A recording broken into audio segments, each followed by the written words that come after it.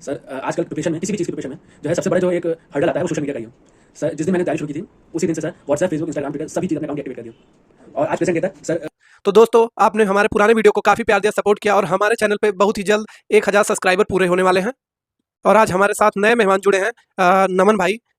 जहां आज के समय में एक छोटी से छोटी गवर्नमेंट जॉब पाना काफ़ी मुश्किल है, वहीं इन्होंने बैंक पीओ जैसे एग्जाम को आसानी से क्रैक कर दिया, वो भी 6 महीने की प्रिपरेशन से। फर्स्ट ऑफ ऑल कंग्रेचुलेसन नमन भाई फॉर दिस जॉब। तो नमन भाई आप अपना इंट्रो दे दीजिए कि आपने पढ़ाई कहाँ से की और बाकी ग्रेजुएशन कहाँ से किया। आप अपना इंट्रो दे दीजिए मेरी ऑडियंस को। जी सर, मेरा नाम नमन श्रीवास्तव है और मैं गौरीगंज अमेठी का रहने वाला हूँ और मैंने इंटरमीडिएट और हाई स्कूल दोनों ही HL स्कूल कोरबा से पास आउट किया है और उसके बाद फिर आगे की एकेडमिक्स के लिए यहाँ FG कॉलेज रायबरेली में फिरोज गांधी कॉलेज है, वहां से मैंने BSc किया है मैथ से। और अभी मैंने IBPS जो एक रिक्रूटमेंट एजेंसी है, ये अपने एग्जाम्स कंडक्ट कराती है हर साल वेरियस वैकेंसीज के लिए, तो उसी में मैंने अप्लाई किया था। फर्स्ट चांस ही था मेरा और सिलेक्शन भी हो गया, अच्छा रहा सब कुछ। और अभी मैं यूनियन बैंक ऑफ इंडिया मुझे अलॉट हुई है। तो ये आपका फर्स्ट अटेम्प्ट था? जी सर। और आपने मतलब कितने टाइम में इसको क्रैक किया, मतलब कब आपको कितना टाइम लगा प्रिपरेशन करने में? सर लास्ट ईयर जैसे कि कोविड का टाइम था, तो जो क्लासेस थी मेरी वो सब ऑफलाइन नहीं चल रही थी, फिजिकल नहीं चल रही थी, सो सब कुछ ऑनलाइन ही था। तो इसीलिए मैं थोड़ा बाहर चला गया था और वहां फिर मैंने लगभग 6 to 7 मंथ्स की इसके लिए प्रिपरेशन की बाहर।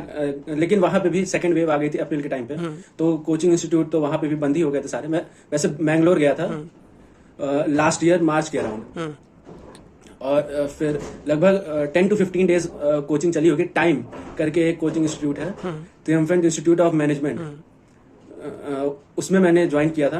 लेकिन unfortunately 2 weeks something around that he coaching चल पाई, तो उसके बाद फिर सब कुछ बंद हो गया था। फिर वापस मैं घर आ गया और यहाँ से फिर ऑनलाइन ही अनअकैडमी ज्वाइन किया मैंने। यानी कि आपने अनअकैडमी का ऑनलाइन कोर्स परचेज किया था?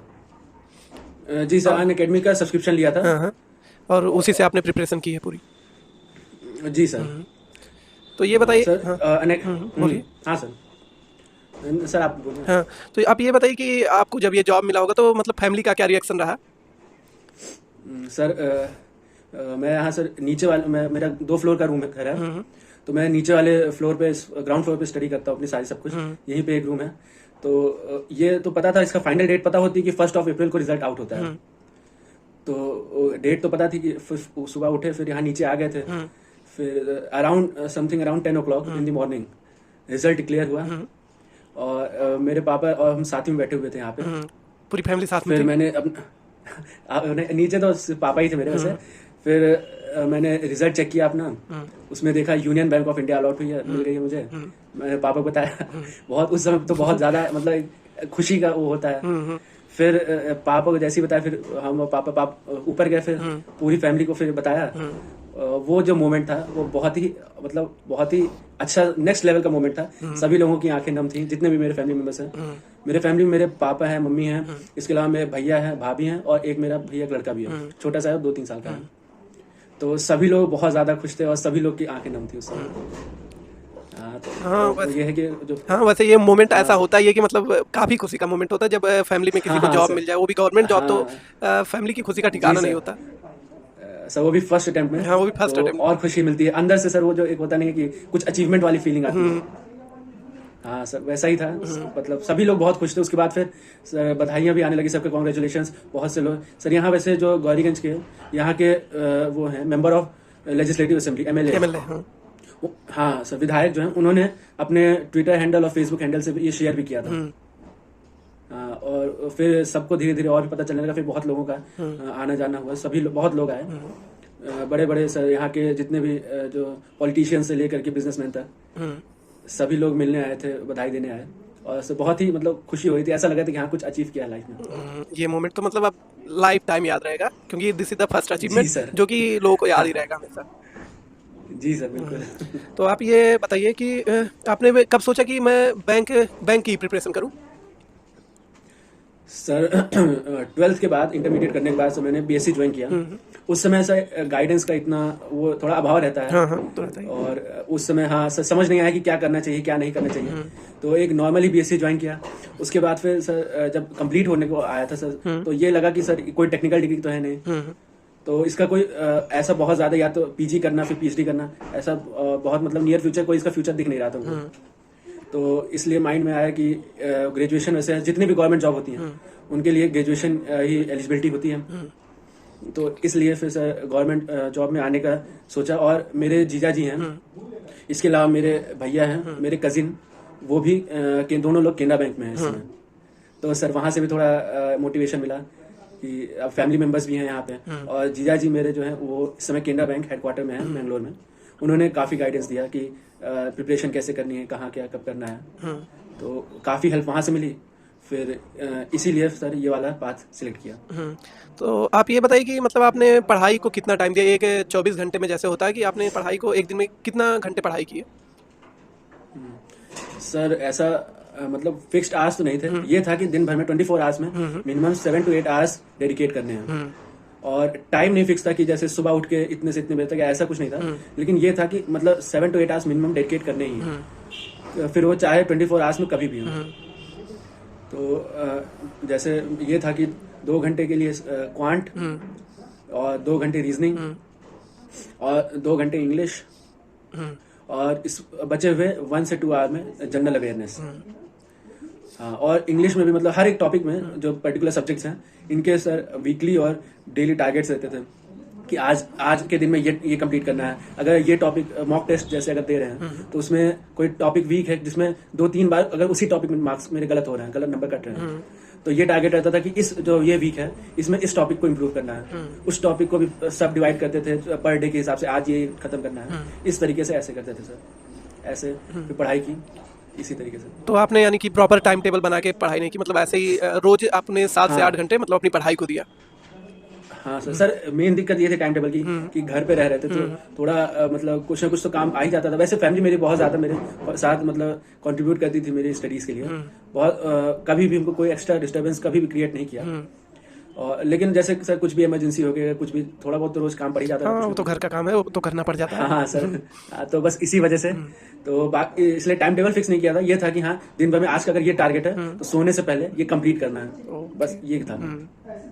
तो ये तो काफ़ी अच्छी स्ट्रेटजी रही कि मतलब जो सोचे कि हाँ शाम तक आपको ये करना है और वो आप करके ही सोते हैं, काफ़ी अच्छी स्ट्रेटजी है। हाँ सर तो जो कहते हैं विजन एक बना के चलना चाहिए कि इस दिन ये करना है, इस दिन ये। सर पहले से ही सारा गोल सारे टारगेट सेट रहते थे। जैसे आज संडे है तो इस दिन ही पूरा टारगेट बना लेते थे कि अब इस वीक में क्या करना है, और उस वीक में भी 7 दिन डिवाइड कर लिए कि इस दिन मंडे को ये टॉपिक कवर करना है, ट्यूसडे को ये टॉपिक, इस तरीके से सर। और मॉक टेस्ट का भी टाइम फिक्स था कि इतने से इतने बजे मतलब मॉक टेस्ट देना है, ये करना है, वीक में कितने मॉक टेस्ट देना है, ये सब चीजें। तो आपने किस कोचिंग का या मॉक कहाँ से दिया आपने? सर मेरी प्रिपरेशन स्ट्रेटेजी बहुत ही डाइवर्सिफाइड थी सर। मैंने अन अकेडमी ज्वाइन किया था, सब्सक्रिप्शन लिया था उसका। वहां से मैंने क्वांट, रीजनिंग और इंग्लिश तैयार की। इसके अलावा मैंने एक करियर्स क्लाउड करके एक ऐप है, उनका करंट अफेयर्स का सब्सक्रिप्शन लिया था। उनका सब्सक्रिप्शन लिया था करंट अफेयर्स के लिए स्पेशली। और इसके अलावा जो मॉक टेस्ट थे मैंने अड्डा 24/7 करके एक कंपनी है उसके लिए थे। इसके अलावा एक ऑलिव बोर्ड करके है, इन दोनों के मॉक टेस्ट लिए थे। और जो बुक्स ली थी वो भी अड्डा 24/7 की थी। ऐसा ही था। तो ये बताइए आपके जैसे कुछ वीक सब्जेक्ट रहे होंगे, कुछ स्ट्रांग रहे होंगे, तो उनको कैसे आपने मैनेज किया?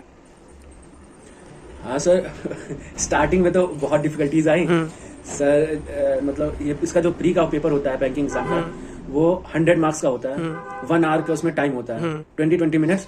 प्री में जैसे 20 मिनट करके 3 सेक्शन डिवाइडेड होते हैं। और इंग्लिश, रीजनिंग और क्वांट, ये तीनों सब्जेक्ट होते हैं। शुरुआत में सर जब स्टार्टिंग की थी तो अराउंड 25 to 30 मार्क्स आते थे आउट ऑफ 100। फिर सर धीरे धीरे इम्प्रूवमेंट किया थोड़ा, कुछ मतलब एक महीने तक कुछ इम्प्रूवमेंट किया। वही क्वेश्चंस ट्राई किए बार बार, जो उसको अलग तरीके से ट्राई किया, अलग अप्रोच के साथ, तो मार्क्स बढ़े और 100 में से 60 आने लगे सर। लेकिन सबसे जो वर्स्ट फेज आया इस प्रिपरेशन के टाइम पे वो यही वाला था जब मेरे 60 आउट ऑफ 100 आने लगे, और यहाँ ये 60 मार्क्स बहुत लंबे टाइम तक सर स्टक रहे, बहुत लंबा टाइम चला सर। मतलब सब कुछ हम कर रहे थे अपनी तरफ से, सारी स्ट्रेटेजी, सब प्लान्स फॉलो कर रहे थे, फोकस कर रहे थे, लेकिन सर 60 के ऊपर मार्क्स नहीं बढ़ रहे थे। मोर और लेस वो 60 +-2 की ही रेंज में आते थे, कितनी भी कोशिश कर लें सर। 50-55 तक चले जाते थे, लेकिन सर 65-70 नहीं जाते थे।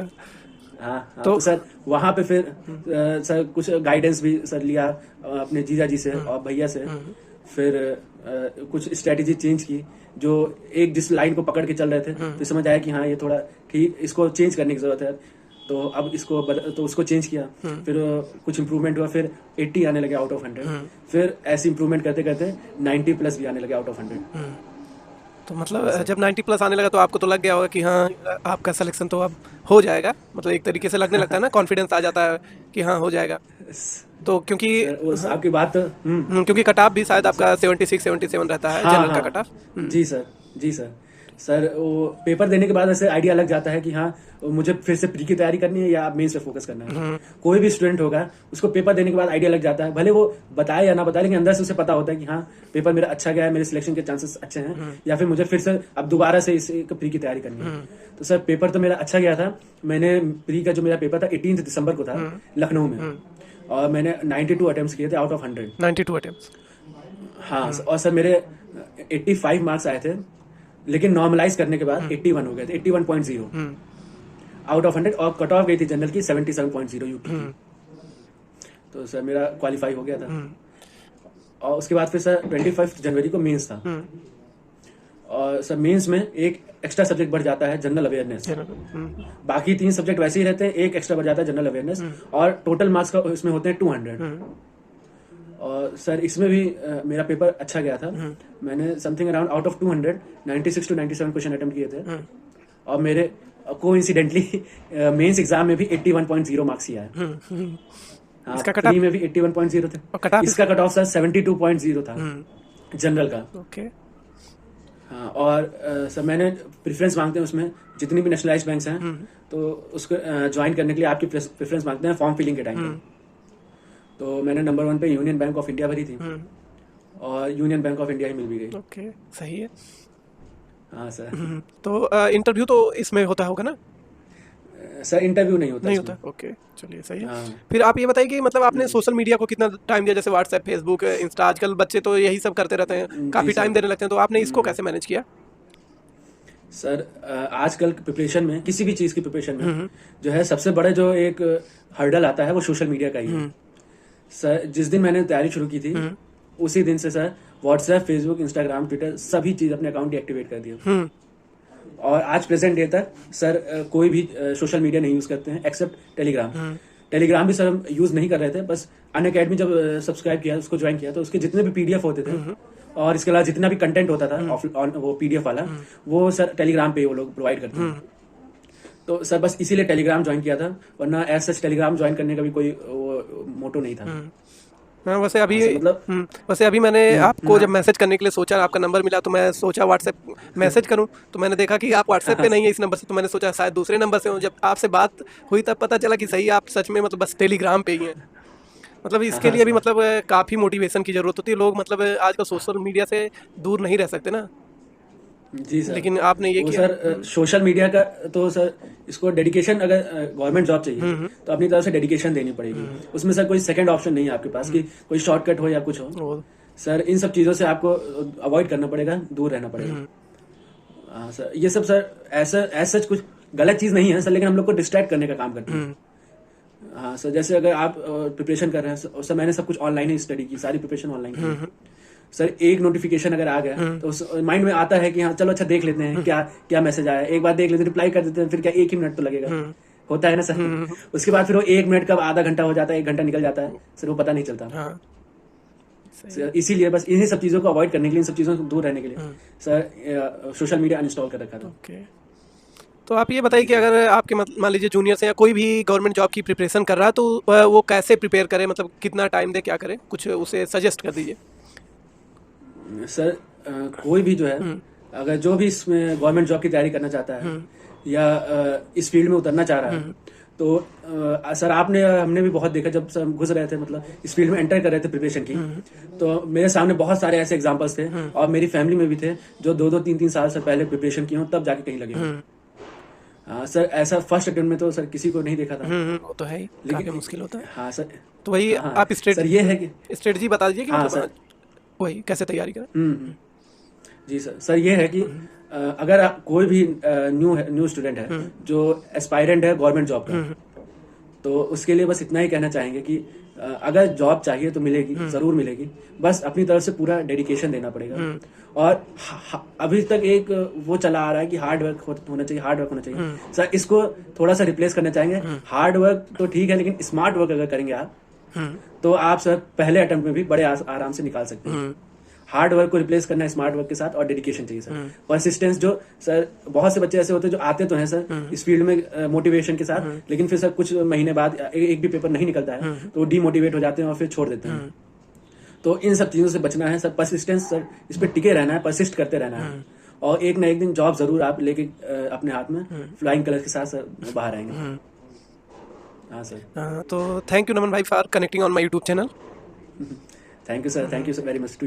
फ्रेंड्स, आई होप आपको वीडियो पसंद आया हो। अगर वीडियो पसंद आया हो तो वीडियो को शेयर करना, लाइक करना एंड चैनल को सब्सक्राइब करना ना भूलें। दोस्तों, अब इस चैनल पे रेगुलरली प्लेसमेंट से रिलेटेड एंड गेट से रिलेटेड इंटरव्यू एक्सपीरियंस आते रहेंगे। तो अगर आप इसमें नहीं करना चाहते हैं तो इस चैनल को सब्सक्राइब कर लीजिए और बगल में घंटी का आइकन दबा दीजिए ताकि जैसे मैं कोई वीडियो अपलोड करूं आपके पास नोटिफिकेशन तुरंत पहुंच जाए। धन्यवाद दोस्तों।